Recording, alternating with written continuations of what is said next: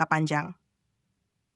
Bagi yang lebih berpengalaman, meskipun sudah memiliki keahlian atau pengalaman kerja yang mumpuni, mencari pekerjaan yang sesuai dengan kualifikasi pun tidaklah mudah. Banyak perusahaan yang lebih memilih untuk mempekerjakan tenaga kerja dengan biaya lebih rendah, atau bahkan menggantikan karyawan tetap dengan pekerja kontrak atau freelance. Kondisi ini membuat banyak orang merasa terombang-ambing, tidak memiliki kepastian kerja yang memberikan jaminan masa depan. Penyebab kesulitan mencari pekerjaan ini tentu sangat kompleks. Selain ketatnya persaingan, banyak sektor industri yang terimbas oleh dampak globalisasi dan teknologi yang berkembang pesat. Beberapa sektor tradisional yang dulu banyak menyerap tenaga kerja, kini mulai berkurang atau tergantikan oleh otomatisasi dan teknologi. Sementara itu, sektor-sektor baru yang muncul, seperti teknologi informasi, digital marketing, dan e-commerce, cenderung membutuhkan keterampilan khusus yang belum dimiliki oleh sebagian besar pencari kerja. Bagi mereka yang tinggal di daerah-daerah tertentu, pencarian kerja bisa menjadi lebih sulit. Minimnya akses terhadap pelatihan atau pendidikan yang relevan dengan kebutuhan pasar kerja membuat peluang mereka semakin sempit. Selain itu, mobilitas yang terbatas karena biaya hidup yang tinggi atau faktor lainnya membuat banyak orang sulit untuk mencari peluang kerja yang lebih baik di luar daerah mereka.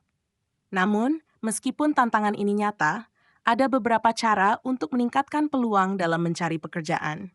Salah satunya adalah dengan terus mengembangkan keterampilan yang relevan dengan kebutuhan pasar, seperti mempelajari teknologi terbaru, mengikuti pelatihan-pelatihan yang diselenggarakan oleh lembaga pelatihan atau pemerintah, dan memperluas jaringan profesional.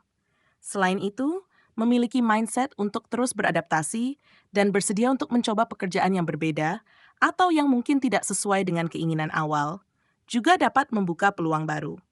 Sementara itu, penting juga untuk memperhatikan perkembangan tren dunia kerja global, seperti bekerja dari rumah atau menjadi pekerja lepas, yang kini semakin banyak diminati. Jika mampu beradaptasi dengan perubahan ini, peluang untuk mendapatkan pekerjaan, meskipun mungkin tidak sesuai dengan harapan awal, tetap bisa menjadi langkah maju untuk membangun karir yang lebih stabil di masa depan. Kesulitan mencari pekerjaan memang menjadi masalah yang serius. Namun, dengan keterampilan yang tepat dan semangat untuk terus belajar serta beradaptasi, akan selalu ada harapan untuk menemukan peluang meskipun jalan yang dilalui terasa berat. Sementara itu, pegawai dengan gaji tetap yang naik tiap tahun justru semakin menyajikan ketimpangan ekonomi yang nyata. Meskipun ada penyesuaian gaji atau kenaikan upah setiap tahun, angka tersebut seringkali tidak sebanding dengan inflasi atau lonjakan harga kebutuhan pokok. Dalam banyak kasus, meskipun ada kenaikan nominal, daya beli mereka tetap tertekan, dan kenyataannya mereka pun merasakan dampak dari ketidakstabilan ekonomi yang sama seperti pekerja di sektor informal. Ketimpangan ini semakin terlihat jelas dalam perbandingan antara sektor formal dan informal. Pegawai yang memiliki pekerjaan tetap di kantor, dengan gaji yang relatif lebih stabil, masih merasa kesulitan karena kenaikan harga barang-barang dasar yang sangat cepat. Kenaikan upah yang biasanya lebih rendah dari inflasi menyebabkan mereka harus mengurangi konsumsi barang-barang kebutuhan yang dulunya lebih terjangkau, seperti pangan, transportasi, dan tempat tinggal. Dampaknya, meskipun memiliki pekerjaan tetap, banyak yang merasa semakin sulit untuk memenuhi kebutuhan hidup sehari-hari, apalagi mereka yang tinggal di kota besar dengan biaya hidup tinggi. Di sisi lain, para pekerja di sektor informal dan buruh kasar yang gajinya jauh lebih rendah, bahkan seringkali tidak stabil, semakin terpuruk karena tidak ada jaminan kenaikan upah yang memadai. Tidak hanya masalah gaji yang rendah, tetapi mereka juga seringkali tidak mendapat perlindungan sosial seperti asuransi kesehatan atau pensiun. Di tengah ketimpangan ini, beban ekonomi semakin terasa berat, baik bagi pegawai dengan gaji tetap maupun pekerja informal yang terus berjuang untuk memenuhi kebutuhan hidup. Ketimpangan ini juga mengarah pada ketidaksetaraan dalam akses terhadap sumber daya dan peluang. Meskipun ada beberapa program pemerintah untuk mengurangi ketimpangan tersebut, kenyataannya banyak kebijakan yang tidak sepenuhnya mengatasi masalah mendasar ini. Beberapa sektor industri dan perusahaan besar yang seharusnya bisa memberikan lebih banyak kesempatan untuk meningkatkan pendapatan bagi buruh dan pegawai rendah, malah semakin meningkatkan profit mereka. Sementara pekerja mereka hanya merasakan sedikit manfaat dari pertumbuhan ekonomi. Ketimpangan ekonomi yang semakin tajam ini bukan hanya berbahaya bagi kestabilan sosial, tetapi juga berdampak pada ketegangan dalam masyarakat. Ketika sebagian besar orang merasakan kesulitan ekonomi, sementara sebagian kecil lainnya menikmati kekayaan yang melimpah, potensi ketidakpuasan dan kerusuhan sosial menjadi semakin besar. Oleh karena itu, penting bagi kebijakan ekonomi dan sosial untuk mempertimbangkan lebih banyak aspek keadilan dan kesejahteraan rakyat, bukan hanya fokus pada pertumbuhan ekonomi semata. Bahkan dalam konteks global, ketimpangan ekonomi di Indonesia mulai menarik perhatian banyak pihak. Negara-negara yang memiliki ketimpangan besar antara kaya dan miskin seringkali menghadapi tantangan dalam menciptakan perdamaian sosial dan stabilitas politik. Ketidakadilan dalam distribusi kekayaan dan kesempatan kerja bisa menyebabkan masyarakat menjadi terpecah, dan dampaknya pun bisa meluas hingga ke aspek lainnya, seperti pendidikan, kesehatan, dan akses terhadap teknologi. Maka dari itu, meskipun ada sedikit peningkatan gaji bagi sebagian orang, ketimpangan yang terus berkembang ini menjadi masalah yang lebih besar, yang perlu diselesaikan dengan kebijakan yang lebih inklusif dan berbasis pada keadilan sosial.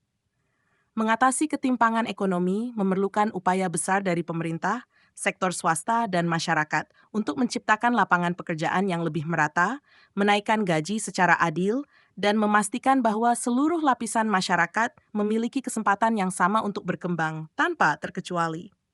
Budaya masyarakat yang konsumtif semakin memperparah ketimpangan ekonomi di Indonesia. Di tengah tingginya tingkat konsumsi, banyak orang yang terus-menerus berbelanja untuk memenuhi kebutuhan yang cenderung bersifat sekunder dan tersier.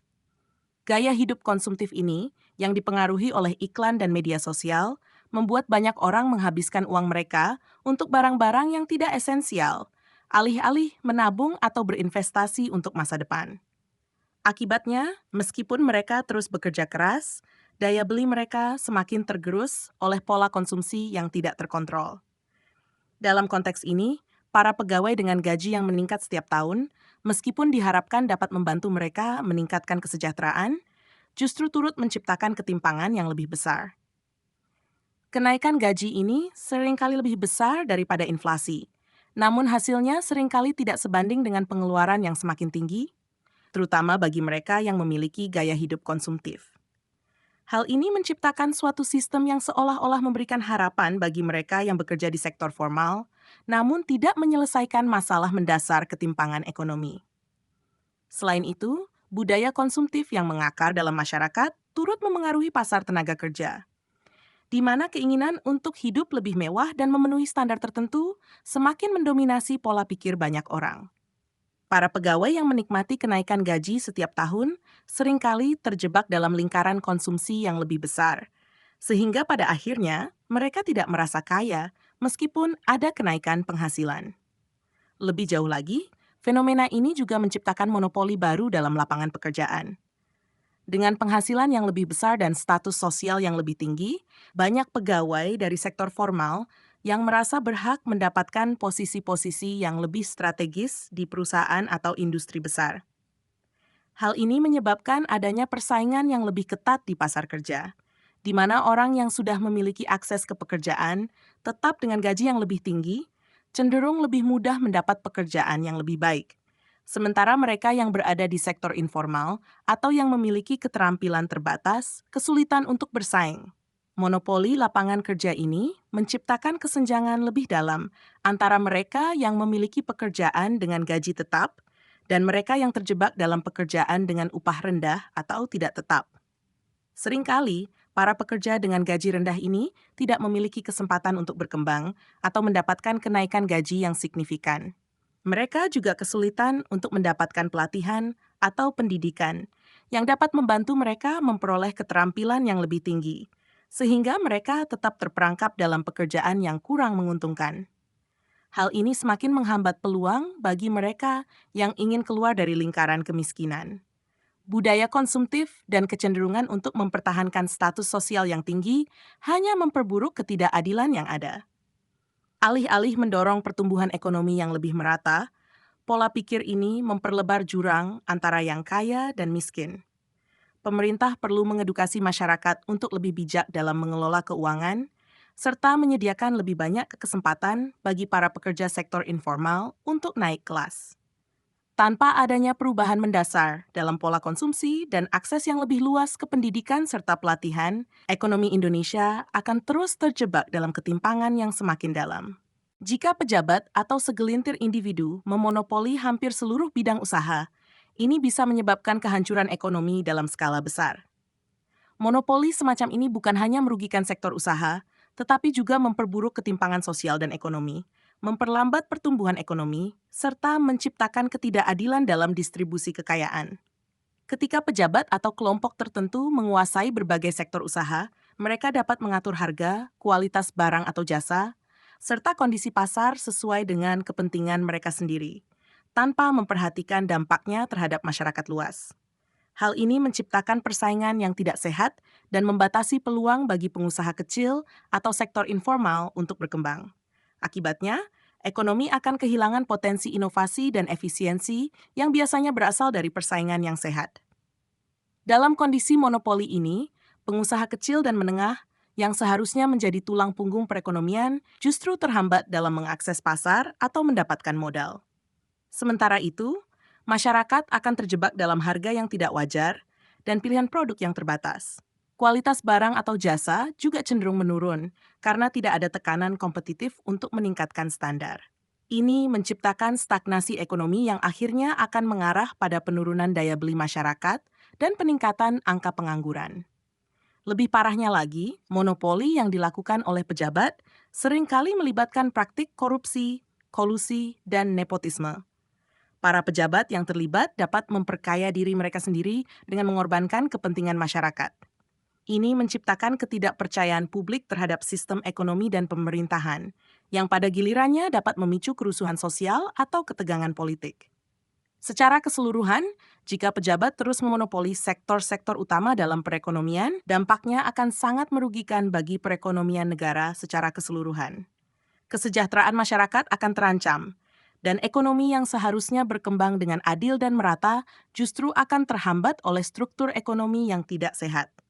Oleh karena itu, penting untuk menciptakan sistem yang mendorong persaingan sehat, transparansi, serta pemerintahan yang bersih dan bebas dari praktik-praktik monopoli yang merugikan. Tindak kriminalitas yang semakin tinggi adalah salah satu dampak serius dari ketimpangan ekonomi dan ketidakadilan sosial yang terjadi dalam masyarakat. Ketika ekonomi mengalami penurunan atau ketidakpastian, banyak individu yang terjebak dalam kondisi kesulitan hidup yang memaksa mereka untuk mencari cara-cara instan dalam memenuhi kebutuhan dasar. Inilah yang seringkali mendorong mereka untuk terlibat dalam aktivitas kriminal. Dalam situasi di mana peluang kerja semakin terbatas dan biaya hidup semakin tinggi, banyak orang merasa terdesak dan tidak memiliki pilihan lain selain melakukan tindakan kriminal, seperti pencurian, perampokan, atau bahkan kekerasan.